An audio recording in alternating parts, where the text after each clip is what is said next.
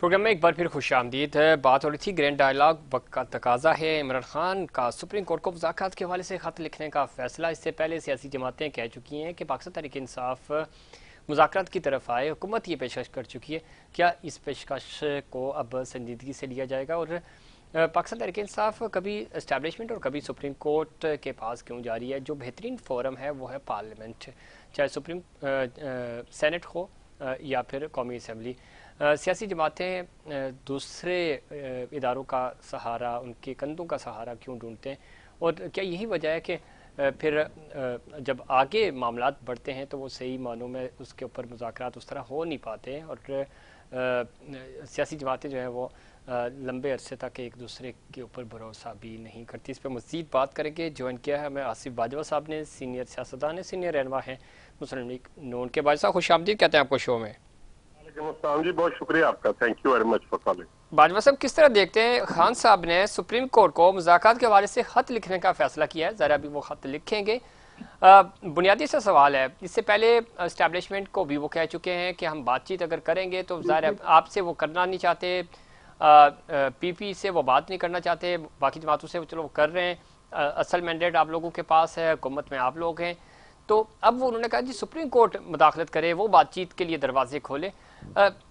Parliament یا پھر جو ہمارا سینٹ ہے اس کے اندر رہتے ہوئے سیاسی جو مینڈیٹ ہے آپ کے پاس، اس فورم کو کیوں استعمال نہیں کیا جا رہا؟ دوسرے فورم کی طرف کیوں جایا جا رہا ہے؟ بسم اللہ الرحمن الرحیم، آپ کا بہت شکریہ ظفیر صاحب۔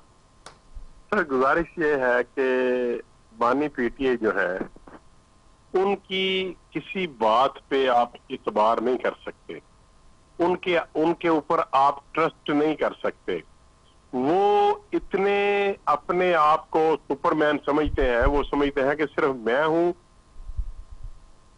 جی تو پالیٹکس ہے، میں ہوں تو پاکستان ہے، اور ان کے جو سپورٹرز ہیں وہ بھی کہتے ہیں خان نہیں تو پاکستان نہیں۔ اب میں بات کرتا ہوں کہ یہ ایسا کیوں کر ہے۔ دیکھیں، اگر آپ تھوڑا غور فرمائیں تو اس وقت آپ دیکھیں کہ پاکستان کی چاروں صوبائی اسمبلیوں میں اور نیشنل اسمبلی میں اور سب سینٹ میں ہر جگہ پہ پاکستان تحریک انصاف کی نمائندگی موجود ہے۔ ٹھیک، اور جو سیاستدان ہے وہ یہ سمجھتے ہیں کہ پاکستان میں سب سے زیادہ سپریم جو چیز ہے، جو سب سے زیادہ سپریم ہے وہ پارلیمان ہے۔ اور چیئرمین بانی پی ٹی اے جو ہے وہ خود بھی کہتے رہے ہیں کہ ان کو ملٹری اسٹیبلشمنٹ کو ان کو تو بالکل غیر جانبدار ہونا چاہیے اور ان کا سیاست پہ کوئی کردار نہیں ہونا چاہیے، اور دراصل وہ انہی سے آزادی بھی چاہتے ہیں۔ وہ کہتے ہیں کہ ہم کوئی ہم غلام ہیں۔ ٹھیک، تو مقصد یہ ہے بات کرنے کا کہ جب ان کے اپنے قول و فعل میں تضاد پایا جاتا ہے، جب وہ ایک بات کر کے چند دنوں بعد یا چند گھنٹوں بعد اس سے بیک آؤٹ کر جاتے ہیں، اور ان کا تو وتیرہ بھی یہی ہے کہ وہ صرف اپنی ذات کی حد تک سوچتے ہیں، اپنی جماعت کی حد تک سوچتے ہیں، اپنی ذاتی سیاست کی بات سوچتے ہیں، وہ پاکستان کے متعلق نہیں سوچتے۔ ٹھیک۔ تو سر ابھی چلے کسی فورم سے ہی آئے، سپریم کورٹ بھی ہمارا ہی ادارہ ہے، ایٹ لیسٹ جو اسٹیبلشمنٹ کی بات ہے وہ چلو انہوں نے چھوڑی۔ سمجھتے ہیں کہ اگر آپ وہ خط لکھتے ہیں بات چیت تو ایٹ لیسٹ کسی فورم سے ہی کوئی ہی۔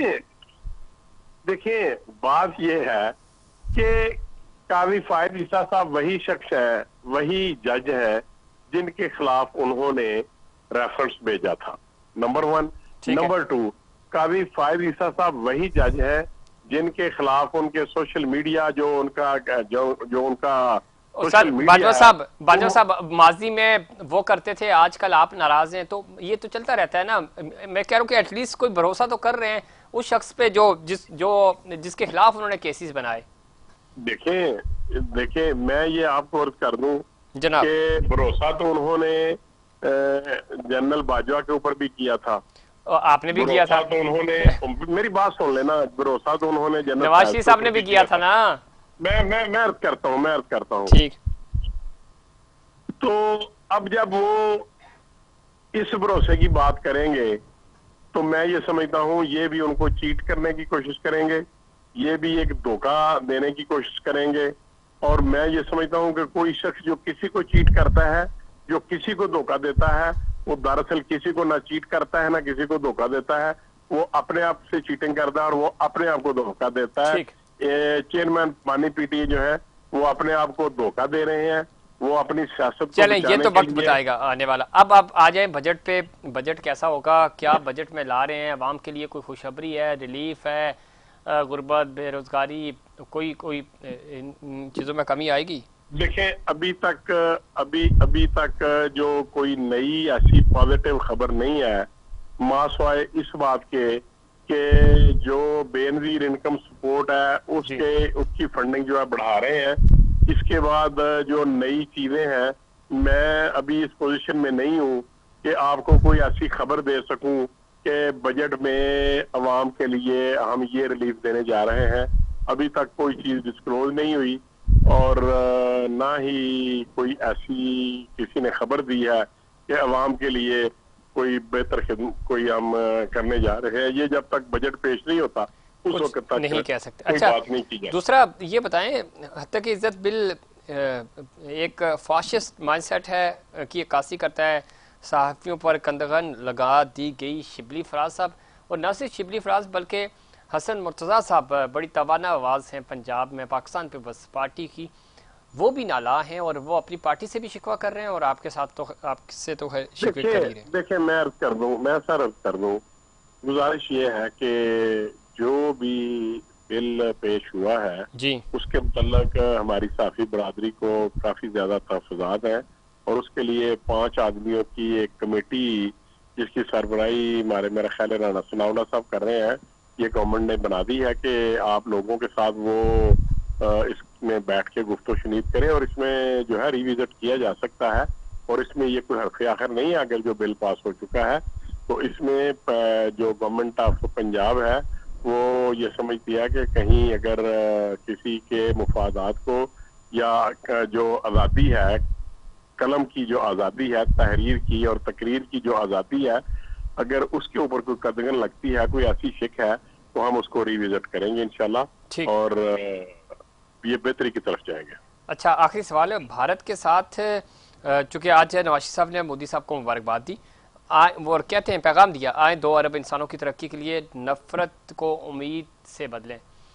پیغام اچھا ہے، بھارت کی طرف ہمیشہ پاکستان کی طرف سے ایک اچھا پیغام ہی گیا ہے، وہاں سے جواب کوئی اتنا مثبت نہیں آیا۔ کس طرح دیکھتے ہیں اس اسٹیٹمنٹ کو؟ دیکھیے گزارش یہ ہے کہ پاکستان تو واقعی ہی ہم اور انڈیا ایک دوسرے کے دشمن ممالک ہیں، ہماری کبھی بھی اس لیول پہ نہیں صلح ہوئی جس لیول پہ ایک ہمسائیت ہونی چاہیے، لیکن اس کے ساتھ ساتھ میں آپ کو ایک عرض کروں کہ سب سے بڑی جو دشمنی ہے جو ہم سے بھی زیادہ ہے وہ چائنا اور انڈیا کی ہے، لیکن وہ آپس میں کروڑوں اربوں ڈالر کی جو ہے نا وہ امپورٹ ایکسپورٹ کر رہے ہیں ایک دوسرے ملک کے ساتھ۔ تو ایک دفعہ میاں نواز شریف صاحب نے یہ بھی کہا تھا کہ ہم اپنے ہمسائے تبدیل نہیں کر سکتے، تو 75 ایئر سے ہم دشمنی کر رہے ہیں، 3 جنگیں لڑ چکے ہیں، لیکن میں یہ سمجھتا ہوں کہ جب تک کچھ لوگ اس بات کی مخالفت بھی کرتے ہیں، میں یہ سمجھتا ہوں کہ چلو زیادہ نہیں تو کم از کم ہمیں اپنے ملک میں جن چیزوں کی کمی ہے، مثال کے طور پہ جب کبھی شارٹ ہوتی تھی ادرک، ٹماٹر، آلو، پیاز اور یہ اس طرح کی چیزیں، تو فوری طور پہ واگا بارڈر کے ذریعے امپورٹ کر کے پاکستان کی جو مہنگائی کی لہر باجوہ صاحب، تھی اس میں میں جیسے ایڈ آن کرنا چاہ رہا ہوں چونکہ پروگرام کا وقت بھی ختم ہو رہا ہے۔ چین اور بھارت بڑی زبردست، آپ کو ہے آئیڈیا، لداخ میں بڑی زبردست جنگ ان کی چلتی رہتی ہے سالہ سال، اس کے باوجود جی ان کی جو ٹریڈ ہے وہ رکتی نہیں، اس کے اوپر کام ہوتا ہے۔ ہماری بدقسمتی ہے کہ ہم بھارت کے ساتھ ٹھیک ہے ایک ڈپلومیٹک افیئرز جو ہیں وہ صحیح طرح سے نہیں چلا پاتے، جنگ اپنی جگہ، معاملات اب کشمیر ایشو اپنی جگہ، لیکن جو کشمیر کے جو ٹریڈنگ پوائنٹس تھے وہ بھی بند ہو گئے، اور جو واگا بارڈر کی آپ بات کر رہے ہیں وہاں سے بھی جو تجارت ہوتی تھی وہ بھی بند کر دی۔ یہ آپ نہیں سمجھتے کہ ایٹ لیسٹ ہمیں جو تجارتی معاہدے ہیں وہ کنٹینیو رکھنے چاہیے، باقی چیزوں کے اوپر ہماری جنگ چل رہی؟ دیکھیے اگر ہم اپنی اکانومی کو بہتر کرنا چاہتے ہیں، ہم اپنے غریب عوام کا خیال کرنا چاہتے ہیں، تو میں تو یہ سمجھتا ہوں کہ ہماری گورنمنٹ جو ہے اس کو بھی اس کے اوپر بہت پازیٹیو ایک سٹیپ لینا چاہیے، اور اس کی وجہ یہ ہے سٹیپ نہ لینے کی، بولڈ سٹیپ کی، کہ ہماری عوام جو ہے اس کو جب مخالفین ہوتے ہیں, جو اپوزیشن ہوتی ہے, وہ ان کو اریٹیٹ کرتے ہیں کہ یہ دیکھیں جی یہ جی مودی کا جو یار ہے وہ غدار ہے. تو اس طرح کے نعروں سے بچنے کے لیے بھی لوگوں کو بچنا پڑتا ہے. اور لیکن اس میں کے یہ نعرے, سمجھتا اس ہوں طرح کہ کے نعرے آج کل جو پاکستان پارٹی آپ کی بڑی سپورٹر ہے وہی لگاتے تھے. تو میں یہ سمجھتا ہوں کہ ہمیں ٹریڈ جاری رکھنی چاہیے تاکہ ہم اپنی اکانومی کے اوپر بہتر بہت طریقے شکریہ سے کنٹرول خواجہ کر صاحب سکیں. پروگرام میں وقت دینے کے لیے. ناظرین یہ ہمارا آج کا پروگرام, امید کرتا ہوں دیگر پروگرامز کی طرح آج کا پروگرام بھی آپ کو پسند آیا ہوگا. مجھے اور انسائیڈ پاکستان کی پوری ٹیم کو دیجیے اجازت. اللہ نگہبان.